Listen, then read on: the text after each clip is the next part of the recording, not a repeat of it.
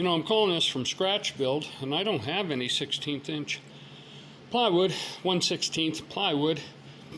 So I'll show you another good way to cap these. I've got these real thin strips, just end pieces from from other jobs. This here's Douglas fir. Woo! I went flying. And as you can see, Douglas fir is pretty tough. It's a good building material. And so you can just cap these with this. I would say that's about how much they say to cap it, right there. Although it should come clear back to here. So I'm going to cut a different piece for that. But you get the gist of what we're doing here.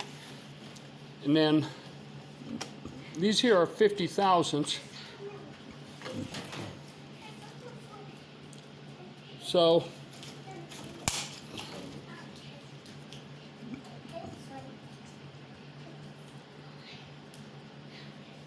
that piece like that. But you want to crisscross the grain. That's the main thing. So this here piece wouldn't be any good. Or yeah, it would going like that. So that's a 90 degree cross right there. But I really want to come clear down to this edge, and then I can blend this or leave it like this. Actually, that wouldn't be too bad because we're getting a good strength in through here, and this here would be blended anyways. In other words, after this here is glued down, these parts right in here, you take your sander and blend them up to an angle. And this here would be just over a 16th. It'd be a little thicker than normal, but it'd be probably tougher than even that mil spec I have over there if it was 1/16. So I marked that with the pencil. Got a 45. Go ahead and cut that. And we won't even waste this piece I'm cutting off. Who knows?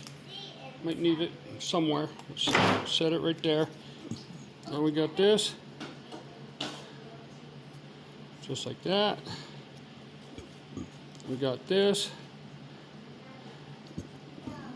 And I would do it back a little ways from the edge of this piece here, because we're going to be blending it with the sander anyways.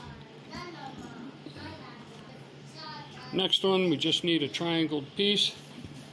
That's 135 by 45 degrees. One line says 135, the other one says 45.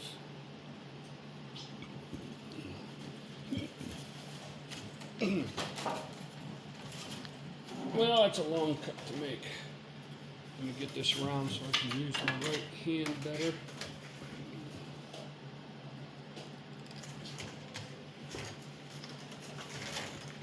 Wow, there we go. All right, that's an extra piece.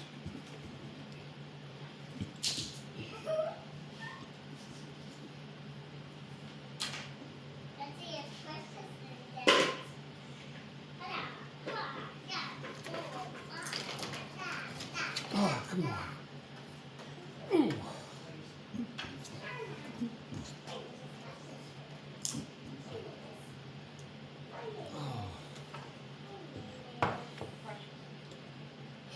Let's see what happens now.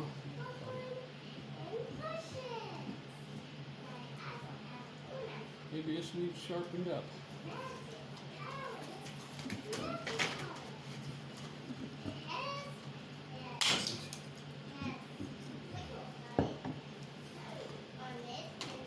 All right, there we go.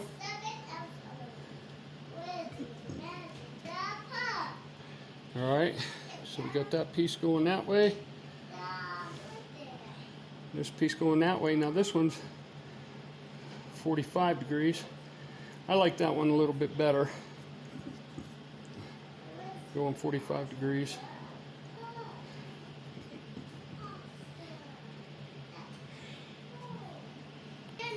So, to make best use of the material, this one is going to work best just like this.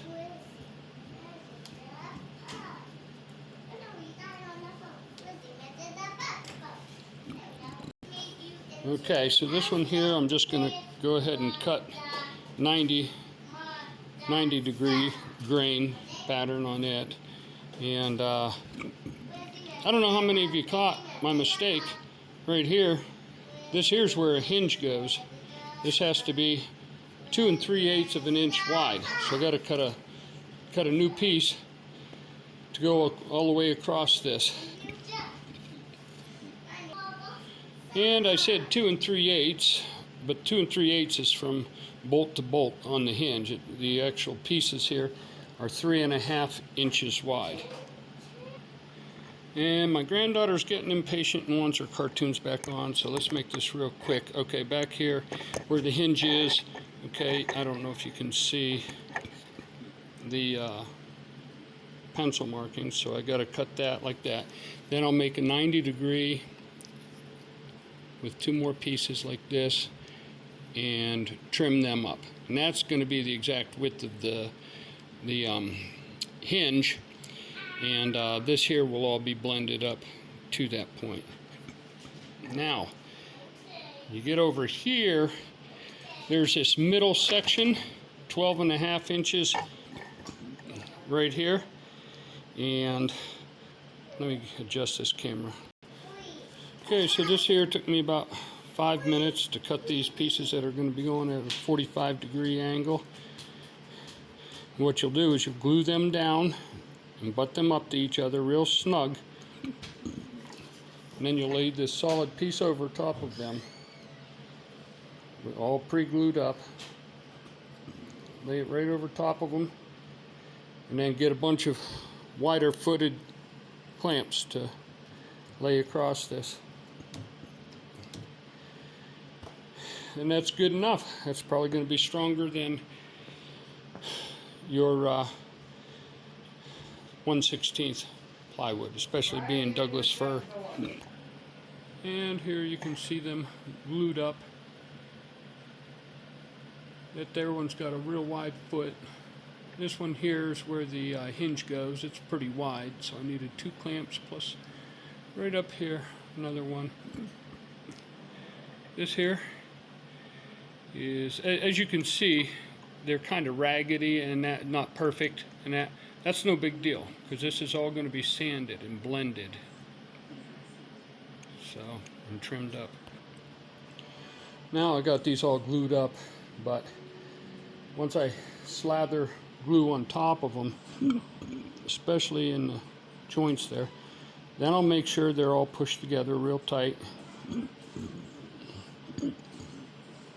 I don't want to leave too much glue on them because otherwise it's just going to be dripping out, falling on the floor. I'll get something put under it here to catch most of the drippings. And you want to clamp this both sides pretty tight, pretty close together. And that's good enough for this one. This one's wider and where the hinge goes, so you needed 3 of them. That's pretty good for this one.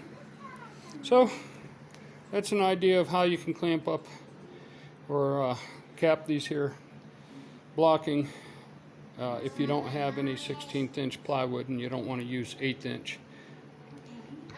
Now if you do want to use 1/8 inch, you can find that, or actually no, it's not 1/8 inch, it's 3/16. It's like 5 millimeters.